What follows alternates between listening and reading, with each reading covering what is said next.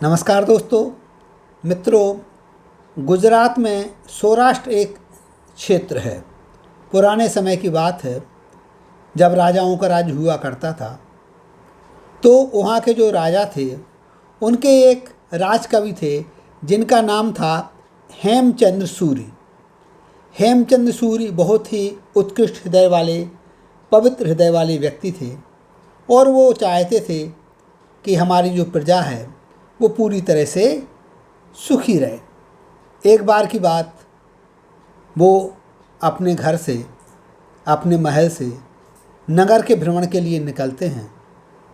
चूँकि प्रजा उनका बहुत सम्मान किया करती थी, जैसे ही प्रजा को जानकारी मिली तो लोग बाग उनके दर्शन करने के लिए आए और कुछ ना कुछ उपहार लेकर के उनके चरणों में निवेदन किया। उसी समय राजकवि हेमचंद सूरी क्या देखते हैं कि एक व्यक्ति जो कि पूरी तरह से फटे हाल है, उसके जो वस्त्र हैं पूरी तरह से फटे हुए हैं, वो एक वस्त्र लेकर के आया है जो कि एक मोटे सूत से बना हुआ है।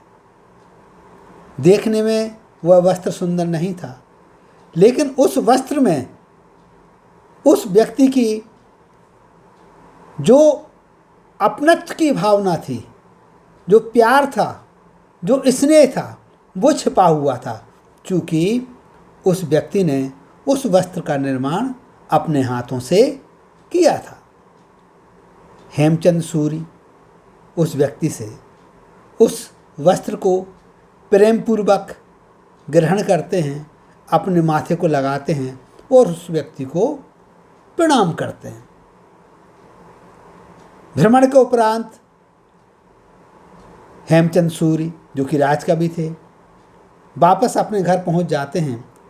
अगले दिन वो दरबार में जाते हैं और दरबार में उसी वस्त्र को पहन करके जाते हैं जो कि देखने में सुंदर नहीं था, बहुत मोटे सूत का बना हुआ था। राजा जब अपने राजकवि को इस स्थिति में देखते हैं तो कहते हैं कि आप आज किस प्रकार की वेशभूषा धारण करके आए हैं, आप इस प्रकार के वस्त्र धारण करके क्यों आए हैं। हेमचंद सूरी बीते हुए दिन की सारी घटना का जिक्र अपने राज दरबार में करते हैं, महाराजा के समक्ष करते हैं और कहते हैं कि हे महाराज, जब मैंने इस प्रकार के व्यक्ति को देखा जिसके तन पर पूरी तरह से फटे हुए वस्त्र थे, लेकिन उसका जो दिल था वो कितने स्नेह से भरा हुआ था।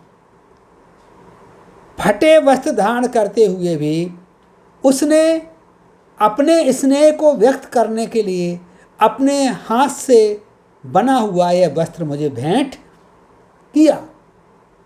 तो इसको पहन करके मुझे बहुत ही सुख की अनुभूति हो रही है।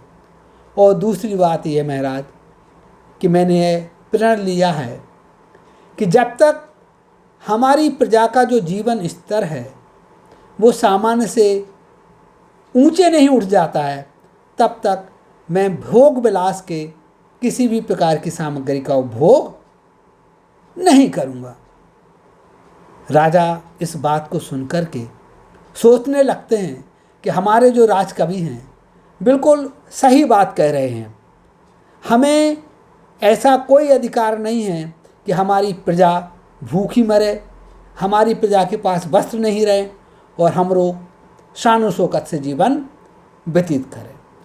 उसी दिन से राजा भी इस प्रतिज्ञा को कर लेता है, किसी भी तरह से भोग विलास में नहीं रहता है और प्रजा के जीवन स्तर को सुधारने का प्रयास करता है। मित्रों, यदि इस प्रकार के कवि, इस प्रकार के राजा आज भी रहें और उनकी सोच इस प्रकार की रहे तो निश्चित ही हम सभी का जो जीवन स्तर है, सामान्य लोगों का जो जीवन स्तर है, वो बहुत ही ऊंचा उठ जाए। तो निश्चित ही आज भी ऐसे लोगों की कमी नहीं है जो इस प्रकार की सोच रखते हैं। तो हम आशा करते हैं कि ऐसी सोच, ऐसी अच्छी सोच रखने वाले जो व्यक्ति हैं वो हमारे देश को समृद्ध बनाएंगे, हम भी उसमें अपनी सहभागिता अदा करेंगे। नमस्कार, जय हिंद, जय भारत।